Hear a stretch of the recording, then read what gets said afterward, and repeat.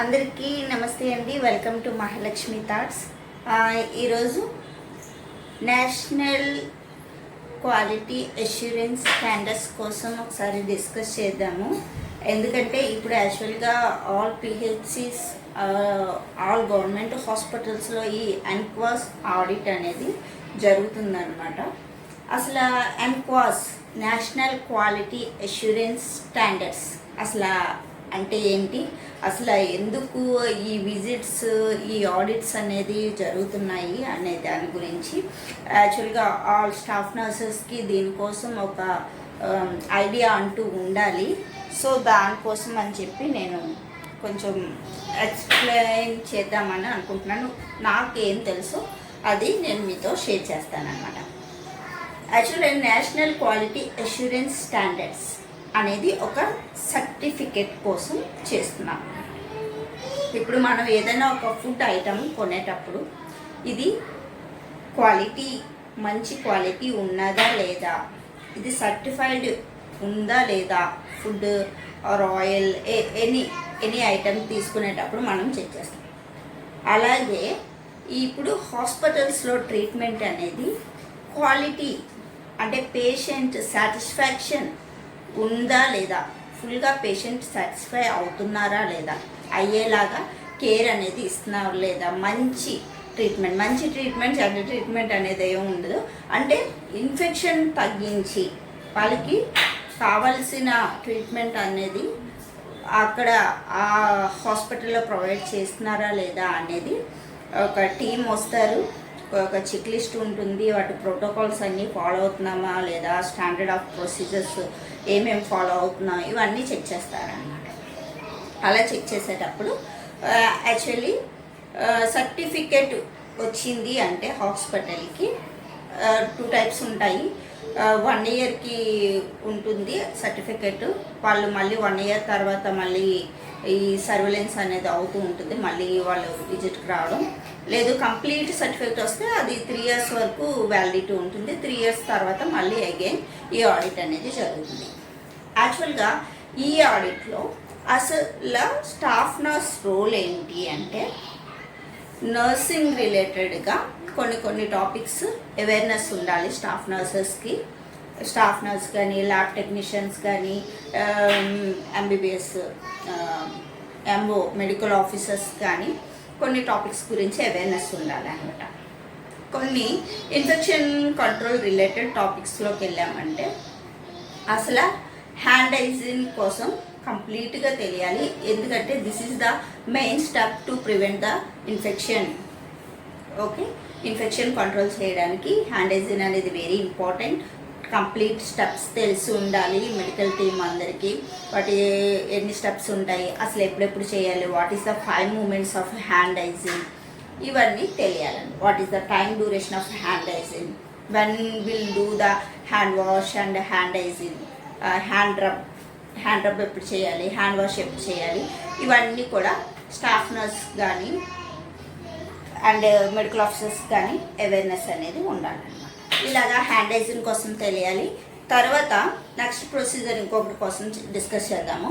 Spill kit management, spill అనేది ఏంటంటే any patient blood కానీ యూరిన్ కానీ కిందన ఫ్లోర్ల మీద ఆర్ ఎనీ సర్ఫేసెస్ మీద పడినప్పుడు how to treat that spill అనేది ఉంటుంది. స్పిల్ కిట్ ఉంటుంది, దాని కిట్లో ఏమేమి ఎక్విప్మెంట్ ఉండాలి, ఆ స్పిల్ బ్లడ్ కానీ యూరిన్ కానీ some patient body fluids floor మీద పడేటప్పుడు దాన్ని ఎలా ట్రీట్ చేయాలి, ఈ ప్రొసీజర్ అంతా కూడా స్టాఫ్ నర్స్కి అవేర్నెస్ ఉండాలి. ఇది ఒకటి. నెక్స్ట్ నీడిల్ స్టిక్ ఇంజరీ అని ఉంటుంది. నీడిల్ స్టిక్ ఇంజరీ అంటే ఎనీ నీడిల్ హాస్పిటల్లో యూజ్ చేసింది, అది మేబీ యూజ్ చేయలేదు, అన్నోన్ నీడిల్ ఏదైనా సరే స్టాఫ్కి కానీ పేషెంట్కి కానీ ప్రిక్ అయ్యేటప్పుడు what is the protocol. Needle stick injury అయితే పోస్ట్ ప్రొఫిలాక్సిస్ ఏంటి ప్రోటోకాల్ ఫాలో అవ్వాలి. దీని స్టెప్స్ అనేది కూడా చాలా అవేర్నెస్ అనేది ఆల్ మెడికల్ టీమ్కి అనేది తెలియాలి అన్నమాట. నెక్స్ట్ ఫైర్ హాస్పిటల్లో ఫైర్ అయితే ఎలా మేనేజ్ చేయాలి, ఫైర్ మేనేజ్మెంట్ తెలియాలి. ఈ ఫైర్కి నెక్స్ట్ కోడ్స్ ఉంటాయండి. స్పిల్కి కూడా కోడ్ ఉంటుంది, ఎమర్జెన్సీ కోడ్స్ ఉంటాయి అన్నమాట. ఈ కోడ్స్ గురించి కూడా అవేర్నెస్ ఉండాలి. కోడ్ బ్లూ కార్డియాక్ అరెస్ట్ అయితే ఇప్పుడు మనం న్యూరిస్టిక్ ఇంజరీ గురించి చెప్పుకున్నాం. తర్వాత ఫైర్ వచ్చినప్పుడు ఎలాగా పేషెంట్ని ఎలాగా మొబిలైజ్ చేయాలి, ఒక ప్లేస్ నుంచి ఇంకో ప్లేస్కి తీసుకెళ్ళాలి, సేఫ్టీ ప్లేస్కి తీసుకెళ్ళడము, అదర్ పేషెంట్స్ భయపడకుండా ఏం ప్రోటోకాల్ ఫాలో అవ్వాలి, అక్కడ ఎస్టింగ్విషర్స్ ఉంటాయి ఫైర్ కంట్రోల్ చేసేవి, వాటిని ఎలా యూజ్ చేయాలి, దానికి రేస్ పాస్ అని ఉంటుంది. రేస్ అంటే ఏంటి, పాస్ అంటే ఏంటి, వాటి యొక్క ఎక్స్ప్లెనేషన్ అనేది స్టాఫ్స్కి, ఆల్ హాస్పిటల్ స్టాఫ్స్కి అవేర్నెస్ ఉండాలి.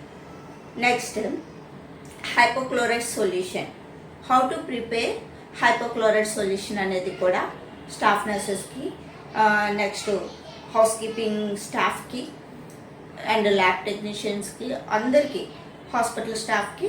ఎందుకంటే హైపోక్లోరైడ్ సొల్యూషన్తోనే డిస్ఇన్ఫెక్షన్ ప్రోటోకాల్ అనేది ఫాలో అవుతారు హాస్పిటల్స్లోని. అంటే ఏదన్నా బ్లడ్, యూరిన్ అలాంటి ఏమన్నా అయితే వాటిని ట్రీట్ చేయడానికి ఈ డిస్ఇన్ఫెక్ట్ సొల్యూషన్ యూజ్ చేస్తాం, దాన్ని ప్రిపేర్ చేసుకుంటాం. దానికి పర్సంటేజ్లు ఉంటాయి.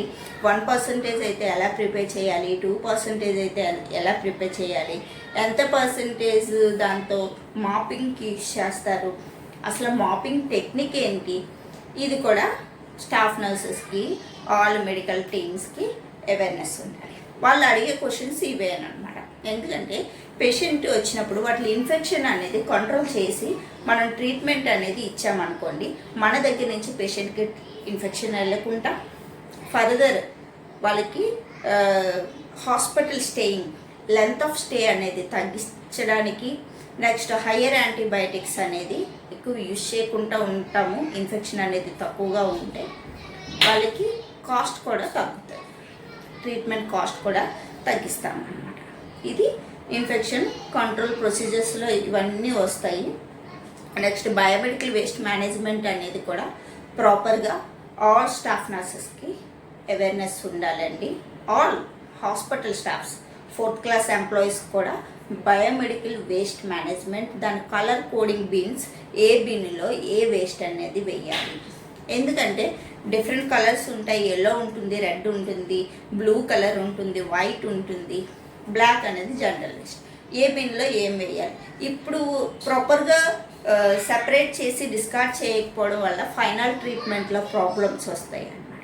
ఒక్కొక్క దానికి ఒక్కొక్క రకమైన ఫైనల్ ట్రీట్మెంట్ ఉంటుంది.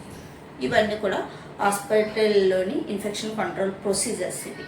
ఇలాగే పేషెంట్ యొక్క ప్రొసీజర్స్ ఏమైనా చేసేటప్పుడు వాళ్ళకి ఐవి క్యానులా పెట్టినా, క్యాథెటర్, ఫోలిస్ క్యాథెటర్, యూరిన్ బ్యాగ్ అది ఫిక్స్ చేసేటప్పుడు, అండ్ వెంటిలేటర్ ఏమైనా పెట్టినా, సెంట్రల్ లైన్ ఏమైనా వేసినా, వీటన్నిటికి కూడా infection control protocols, hand hygiene follow అవ్వడం, అసెప్టిక్ ప్రొసీజర్స్ ఫాలో అవ్వడం, ఇవన్నీ కూడా అడుగుతారు అన్నమాట.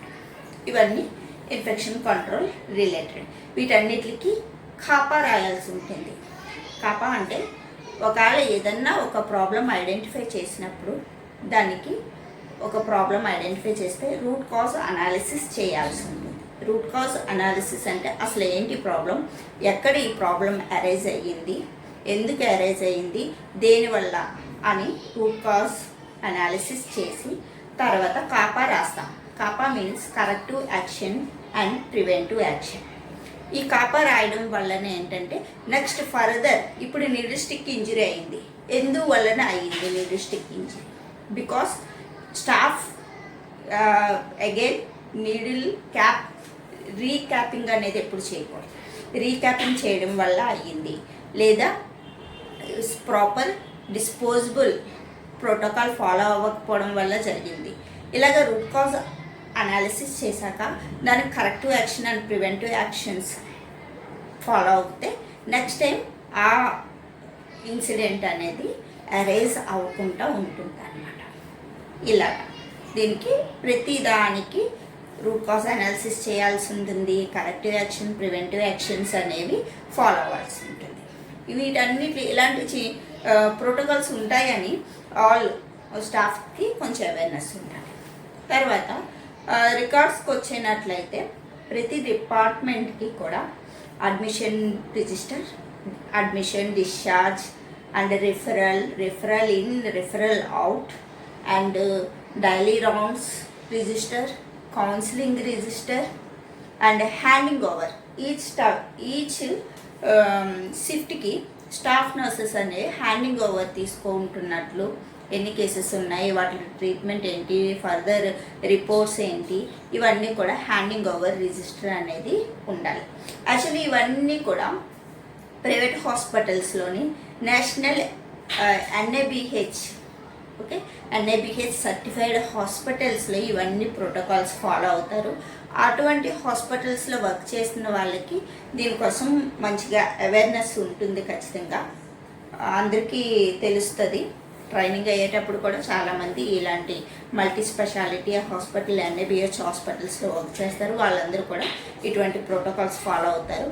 ఇంత మంచి క్వాలిటీ ఆఫ్ కేర్ మన గవర్నమెంట్లో కూడా మనం ప్రొవైడ్ చేస్తున్నామని చెప్పి మన వర్క్ని, మన ఎఫిషియన్సీ అండ్ ఎఫెక్టివ్నెస్ని ప్రూవ్ చేసుకోవడమే ఈ NQuest సర్టిఫికేట్ అనమాట.